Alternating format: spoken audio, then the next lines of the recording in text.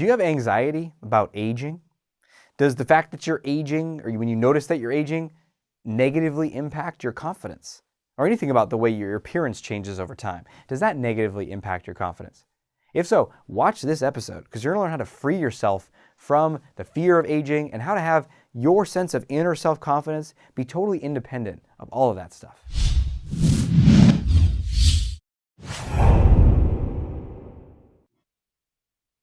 Hey, welcome to another episode of The Art of Extraordinary Confidence. I'm your host, Dr. Aziz, and this is a show for you if you want to maximize your confidence in every area of life. And one thing that negatively impacts us is aging. And we have this, we talked about cultural programming in the last episode. We have so much cultural programming about age, and we don't even know it, really. It's just kind of in there. We take it in from media and images and movies and everything, magazines, books, other people, what they say. And we then are in this bind, because here is the dominant cultural message of probably the most media machinery of all over the entire world, which is this: aging is bad. It's wrong. It's gross. You got to fix that shit. What's wrong with you? Getting old and gross, wrinkly, saggy, just hair falling out all over the place. Right? It's this horrible message that we're getting.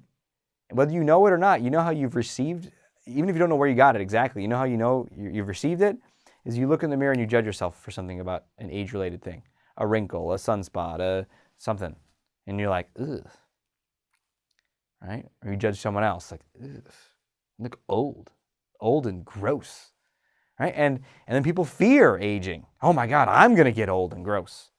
And this comes up for men and for women. And the cultural conditioning is even stronger for women. I was having a conversation about this with my wife recently. She's in her 40s. And there's this sense of like, well, you know, when I was younger, I'm like this bright flower and I get attention and I'm like worthwhile and worthy and I get, you know, you're valuable, right? Because that's what society says. If you're young and your skin is a certain way, you're valuable. You're desirable. You're worthy of love. And then, you know, she's like, now I'm in my 40s, I've had 2 kids, and, you know, I don't look the same. And I'm like a wilting flower. And I hear that, I'm like, it hurts. Like, you're so beautiful to me.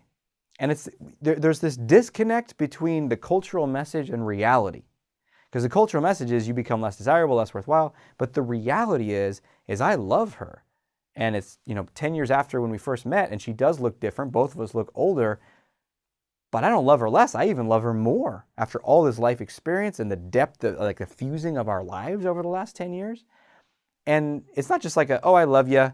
I know you're getting old and ugly, but I still love you. It's like, no, you're beautiful to me. And I've heard this experience again and again from couples and relationships that have healthy relationships where they're growing together, right? And so that's the reality of it, unless someone is like really indoctrinated in the culture. And then they're like, oh my God, I can't age and my partner can't age and we all should just get plastic surgery. And it's like, just look at the insanity of that. I mean, the stats on this are crazy. How many people get plastic surgery every year? South Korea is the highest of any country, and that's 1 in 5 people have had plastic surgery. That's 20% of people. So it's crazy how much we're trying to fight. It's like aging is inevitable. It's going to happen, and then we try to fight it as long as possible. And look, I'm not talking about taking great care of yourself and eating a high nutrient dense diet, which I'm a big fan of, and exercising and being healthy and living strong and healthy as long as you can, as long as possible. What I'm talking about is the negative hit on our confidence we can feel when we get a fucking wrinkle or our hair changes or something that's like an inevitable out of your control thing of aging. And we turn on ourselves. And what people don't realize is the only reason you're turning on yourselves is because you have this ideal, this standard that society has jammed down your throat without you even knowing it. It's like slipped it into your food. You thought you were eating something else. You're eating poisonous, toxic messages. So what we need to do is we need to reject those. And I decided this a while back in my life, and it served me. And I'm still, you can say, well, you're only 35, so wait till you get older. But I think it's going to serve me for the rest of my life. But a little while back, I saw this whole thing because I'm committed to a life of unlimited confidence. And anything that I see that is interfering with my confidence, I'm like, what is that? Fix that. So a while back, I noticed my hair was starting to thin, and it's progressed. You can see now, it's thinner, right? And I remember when it first started happening, I was like, ugh. I have a whole video about it, how to go bald with confidence. But I saw it as my personal responsibility to not have my hair falling out reduce my confidence. Like, what are my choices? Am I just going to like hate myself because that's what society tells me to do, or certain messages in society tell me to do? Or am I going to be on my own side and feel confident, feel good about myself when something that's beyond my control is happening, right? And the same thing with aging. So I made a decision that it is my responsibility to embrace aging, to work through anything that comes up about my aging, about my wife Candace's aging, about my parents' aging, any fear that comes up or judgments or whatever. That's my stuff to deal with. And there's nothing wrong with aging. That's like saying there's something wrong with the Earth orbiting the sun. There's something wrong with that moon going around us. What the hell is it doing?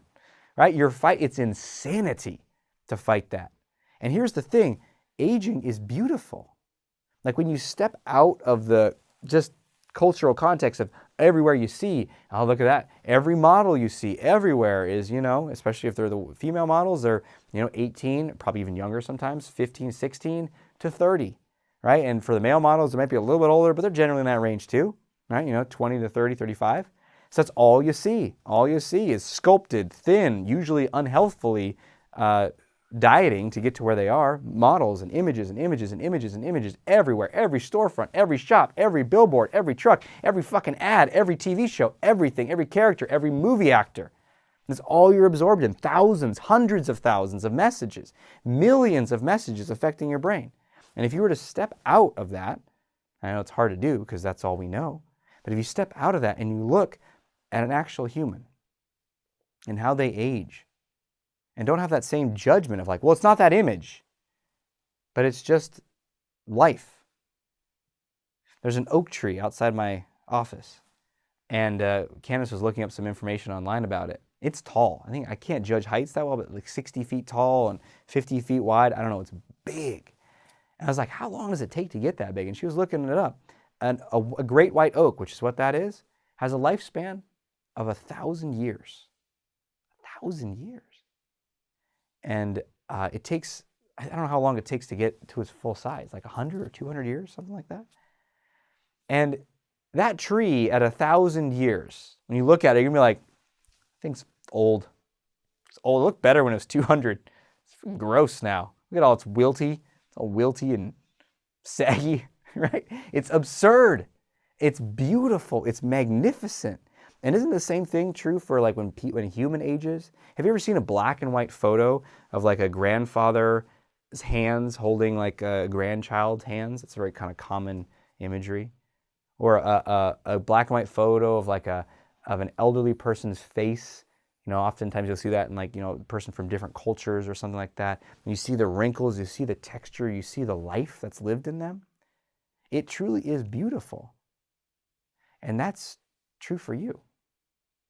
And especially as you take care of yourself and you eat well, you eat exercise and you stop eating, processed foods and things that kind of make you look more dead, but you're like alive and vibrant and aging, it's beautiful. So embrace that.